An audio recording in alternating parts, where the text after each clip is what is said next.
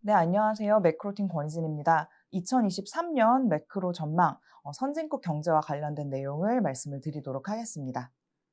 미국과 유럽 중에 미국을 먼저 설명을 드리겠습니다.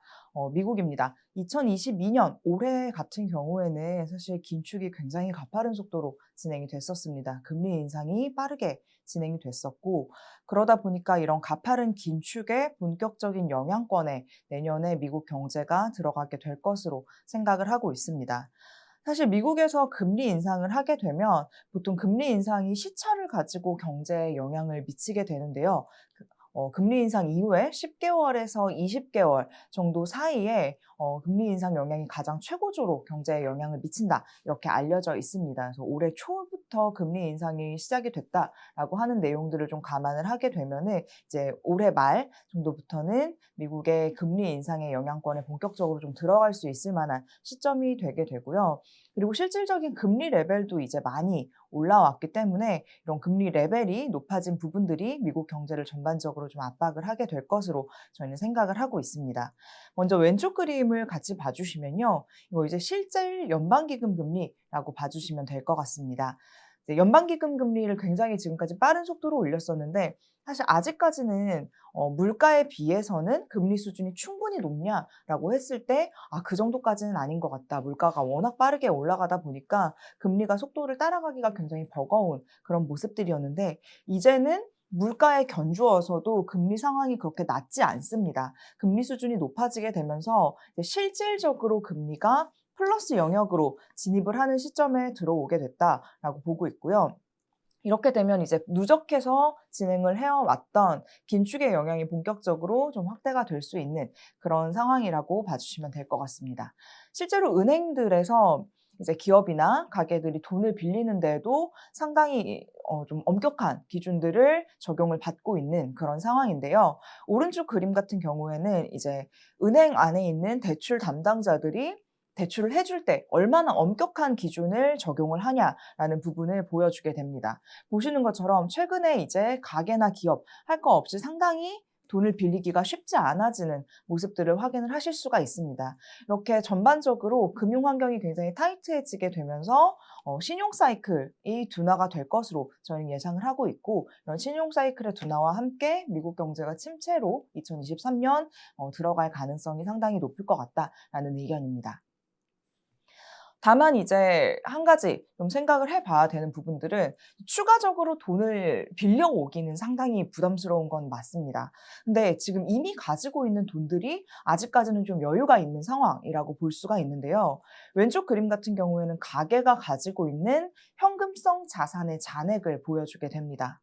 보시는 것처럼 팬데믹 때 완전히 치솟아서 올라가던 수직 상승하는 그런 모습까지는 아니기는 합니다만, 사실 팬데믹 이전의 추세하고 비교를 해서 보시면 여전히 좀 상당히 빠른 속도로 현금이 증가하고 있다라는 거를 봐주실 수가 있을 것 같은데요. 사실 이거 보시면 이제 궁금하실 수 있을 것 같습니다. 가게가 소비도 굉장히 많이 하고 먹고 사는데 돈도 많이 쓴다는데 어떻게 이렇게 소비에 쓸 현금이 아직까지도 많은 거냐라고 궁금할 수 있을 것 같은데, 여기서 보여드리는 요 현금이라고 하는 거는 총액 기준이다라는 부분을 좀 이해를 해주실 필요가 있을 것 같습니다. 가계가 가지고 있는 총액이 크게 줄어들지 않았다라는 이야기인데요. 이제 어떤 한 명의 소비자가 소비를 하기 위해서 주머니에서 이제 현금을 꺼내서 사용을 할 수는 있겠죠. 근데 이 현금이 돌고 돌아서 다른 가계의 주머니로 돌아가게 된다면 가계가 가진 현금성 자산 총액은 그렇게 줄지 못하게 될 겁니다. 현재 상황에서 이 가계가 가진 현금이 왜 이렇게 많으냐라고 할 때 뭐 여러 가지가 영향을 미쳤을 수 있을 것 같아요. 은행에서 돈 빌리는 게 그동안은 어렵지 않았었고, 정부도 지원금을 많이 줬고, 그리고 속상하긴 하지만 주가가 떨어지면서 주식 팔아서 현금으로 가지고 있는 액수도 좀 있었을 거고요. 여기에 더해서 한 가지 더 생각을 저희가 해봐야 되는 게 고용이라고 생각을 합니다. 지금까지 고용 시장이 굉장히 좋았고 임금 상승률이 높게 유지가 되는 모습을 오른쪽에서도 지금 보실 수가 있는데, 임금 상승률이 높게 유지가 된다라는 이야기는 미국 경제 전체가 벌어들이는 소득에서 가계 쪽으로 넘어가게 되는 분배율이 낮지 않다라는 이야기로 이해를 해주시면 될 것 같습니다. 그렇기 때문에 한 명의 소비자가 호주머니에서 돈을 꺼내서 현금을 한다고 하더라도 이 돈이 다른 자영업자의 소득이라든지 아니면 기업체에 소속이 돼서 일을 하고 있는 임금 노동자들의 임금 소득의 형태로 다른 가게의 주머니로 돈이 들어가게 된다면 가지고 있는 현금성 자산이 그렇게 크게 훼손되지 않는 모습들이 발생을 하고 있고 현재가 지금 그런 상황이다라고 이해를 해주시면 좋을 것 같습니다. 사실 고용 같은 경우에는 이미 가지고 있는 돈들에 대해서도 상당한 중요한 영향을 미쳤다라고 볼 수 있지만 앞으로 벌어들이게 될 소득 측면에서도 상당히 중요하게 됩니다. 사람들이 벌어들이는 임금 소득이 전체 소득 중에서 상당히 큰 포션을 차지를 하고 있는데 지금 고용 시장이 그렇게 나쁘지 않았다라는 말씀을 이전에 드렸었죠. 근데 앞으로 그러면 고용이 굉장히 빠르게 망가질 건지 혹은 그렇지 않을지 이 궤적에 따라서도 사람들이 가지고 있는 돈에 대해서 영향을 좀 많이 받을 수 있는 그런 환경을 만들게 될 텐데요. 저희가 봤을 때에는 미국의 구조적인 인구 구조의 변화들이 나타나고 있는 점들이 노동시장의 굉장히 타이트한 모습들을 상당히 좀 긴 기간 동안 유지를 시켜줄 수 있을 만한 부분인 것 같다라고 생각을 하고 있습니다. 미국에서 베이비부머 세대들이 은퇴를 한 건 사실 거의 10년 이상 동안 진행이 지금 되고 있는 상황인데 여기에 이제 기름을 부은 게 이민의 감소라고 이해를 해주시면 좋을 것 같습니다. 이민이 트럼프 대통령 집권 이후에 사실 굉장히 많이 줄어들기 시작을 했었는데 이 규모가 도대체 얼마나 되는 거냐라는 걸 따져보게 되면요. 근 5년 동안 누적해서 줄어든 잠재적인 이민자 수가 한 340만 명 정도가 되게 됩니다. 지금 한 달에 미국에서 일자리가 만들어지는 개수가 한 20만 개 정도가 된다. 이것도 정말 많이 늘어나는 건데 그렇다라는 걸 감안을 하게 되면은 적어도 1년 반 이상어치의 노동자들이 지금 시장에서 좀 사라지고 있다라고 이해를 해주시면 좋을 것 같고요.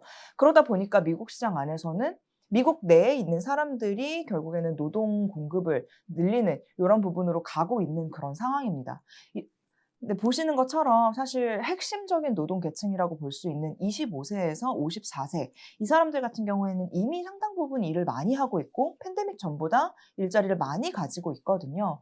그럼 이제 추가적으로 들어오는 사람의 수가 제한적이고 이미 안에 있는 사람들은 일을 많이 하고 있고 그러다 보니까 사람들을 구하기가 굉장히 쉽지 않은 상황으로 들어가게 됐습니다. 그게 지난 1년 동안 발생을 했었던 일이고, 그래서 저희 생각에 앞으로 미국 경기가 둔화를 하게 되면서 추가적으로 이제 노동 지표가 더 좋아지는 이런 모습들은 좀 제한이 있을 수 있겠습니다만, 그래서 구인율이라든지 이런 것들이 좀 떨어질 가능성이 높다라고 생각을 하지만, 굉장히 적극적으로 사람들을 잘라 나가는 이런 상황까지 가기에는 상당한 시간을 요할 거다라고 생각을 하고 있고요.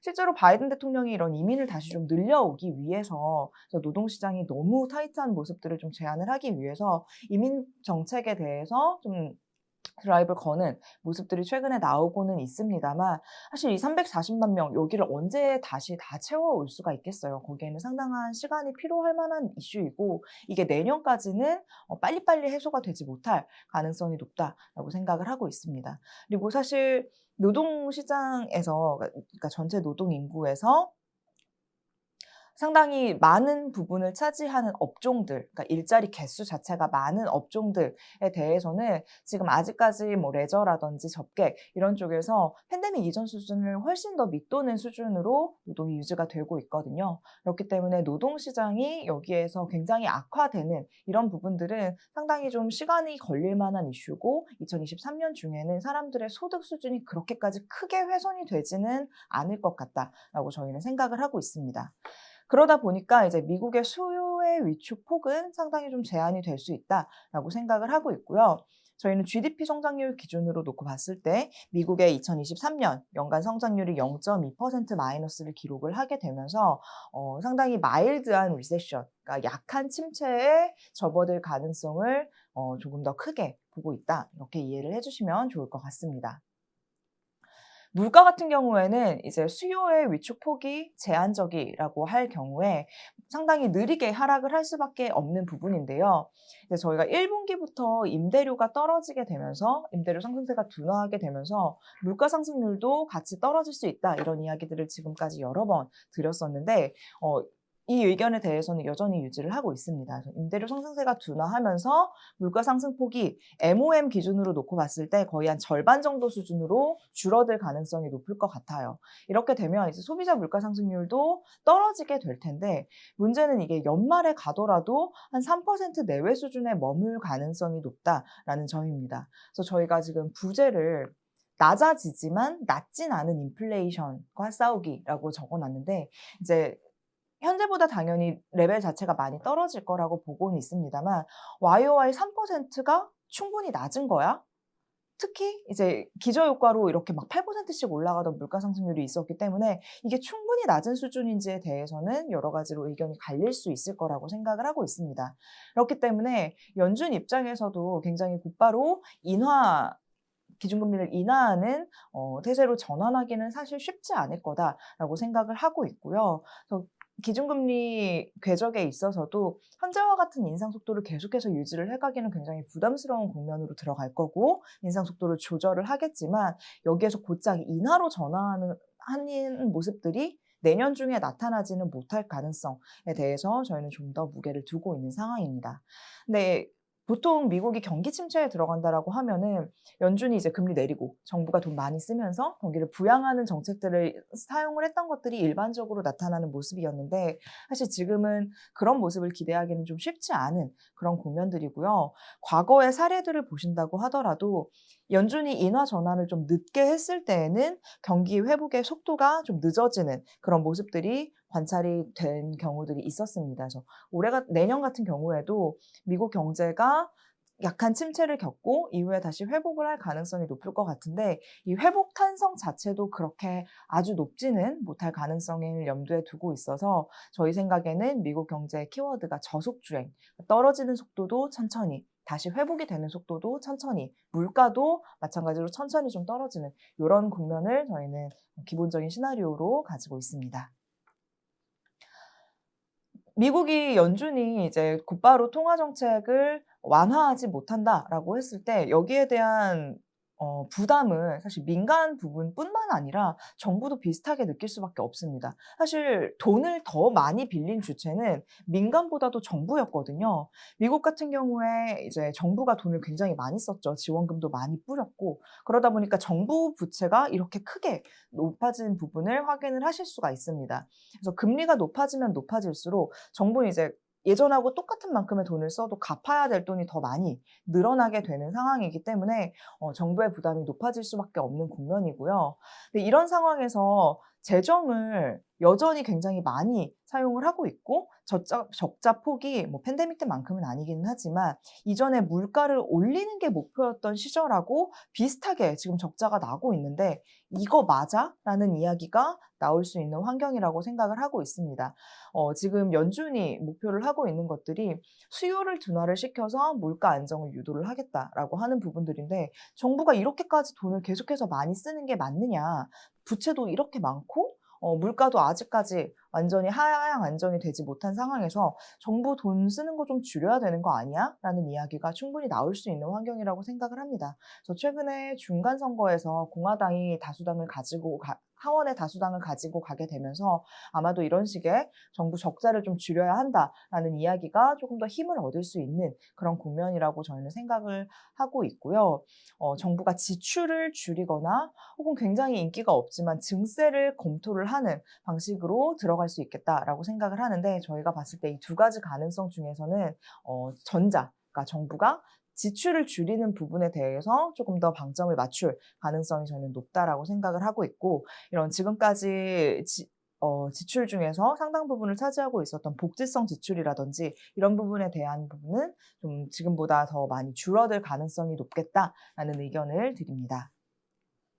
같은 맥락으로 봤을 때 사실 유로존 같은 경우에 재정 적자를 좀 줄이기도 굉장히 어려운 그런 상황인데요. 유로존은 에너지 난 때문에 여기에 대응을 해서 여러 가지 정책을 지금 사용을 하고 있습니다. 그래서 에너지 난에 대응을 하기 위해서 러시아산 원유나 가스를 다른 나라로 대체한다 뿐만이 아니라 어떤 설비나 장비들을 교체하고, 그리고 신규 인프라 같은 것들을 굉장히 대량으로 건설을 하고 있는 상황이기 때문에 재정 적자를 줄이기가 지금 상당히 쉽지 않은 상황이고, 아마 저희가 봤을 때에는 내년에도 재정 적자 확대 불가피할 것 같다라는 생각입니다.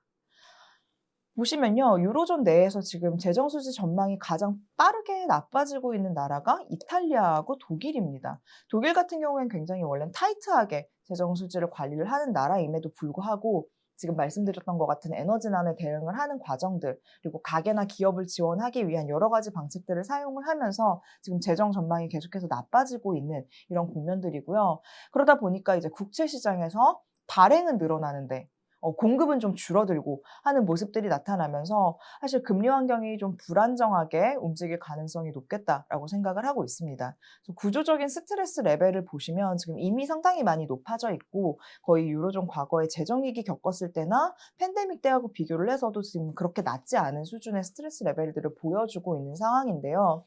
미국과 다르게 정부 지출을 줄이기에도 참 쉽지 않은 그런 환경이다라고 하는 점들을 감안을 하면 결국에는 ECB의 역할이 조금 더 강조될 수 있을 걸로 생각을 하고 있습니다. 그래서 ECB도 지금 마찬가지로 금리를 올리고 QT까지도 지금 검토를 하고 있는 상황이긴 하지만 과거에도 국채 금리가 막 튀어오르는 환경에서 이제 이탈리아나 스페인 같이 약간 취약한 나라들에 대해서는 우리가 금리를 관리하기 위해서 국채를 좀 매입을 해주겠다라고 하는 긴급한 정책들을 좀 이용을 했었는데 만약에 유럽 시장에서 이런 금리 환경이 불확실한 모습들, 불안정한 움직임들이 좀 나타난다라고 하면은 단순히 이탈리아, 스페인뿐만 아니라 조금 더 국가 범위가 넓어질 가능성도 저희는 배제할 수는 없겠다라고 생각을 합니다. 그래서 ECB가 시행을 하는 이런 여러 가지 정책들이 금리 인상과 더불어서 이게 QE인지 혹은 테이퍼링인지 QT인지 약간 좀 아리송한 이런 정책들이 좀 지속이 될 가능성이 높겠다라는 의견이고요.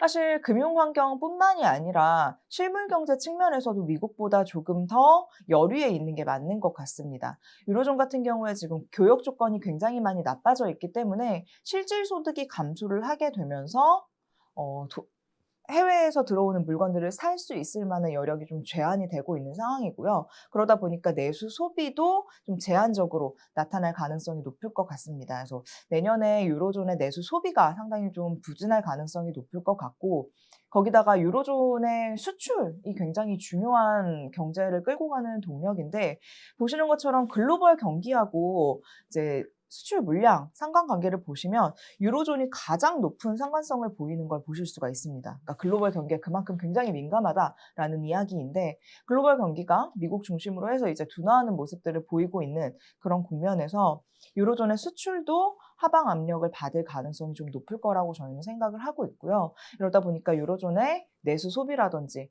혹은 수출이 동반해서 부진하게 들어가면서 유로존의 전반적인 경기를 좀 누를 가능성이 높을 것 같다라는 의견을 가지고 있습니다. 그래서 미국보다는 유로존이 GDP 성장률 측면에서도 조금 더 여유에 있을 가능성이 높을 것 같고요. 저희는 유로존의 내년 GDP 성장률을 마이너스 0.6% 정도로 예상을 하고 있습니다.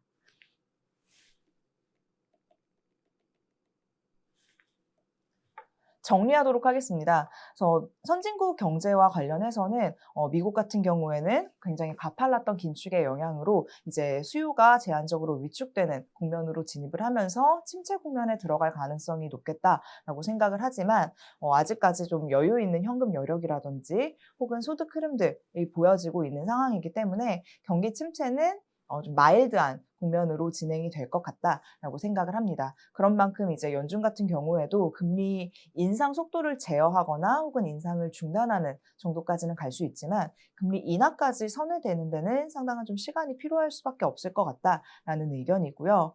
한 가지 더 이제 말씀을 드리면 금리 인상과 더불어서 사실 올해 같은 경우에는 물가를 잡기 위한 정책이 금리 인상에 완전히 초점이 맞춰져 있는 그런 상황이었다라고 하면은 내년에는 정부가 돈을 이렇게까지 많이 쓰는 건 적절하지 않은 것 같다라는 이야기들이 조금 더 힘을 얻으면서 금리 인상과 더불어서 긴축 재정과의 정책적인 공조가 필요성이 좀 대두가 될 가능성이 좀 높겠다라고 생각을 하고 있습니다. 그래서 미국 같은 경우에는 정부 지출이 감소하는 부분에 대해서 저희는 가능성이 좀 높다라고 보고 있고요. 마지막으로 유로존 같은 경우에는 이런 미국에 비해서 금융 환경이라든지 혹은 경제 환경 모두 다 좀 여리에 놓여져 있는 상황이다라고 생각을 합니다.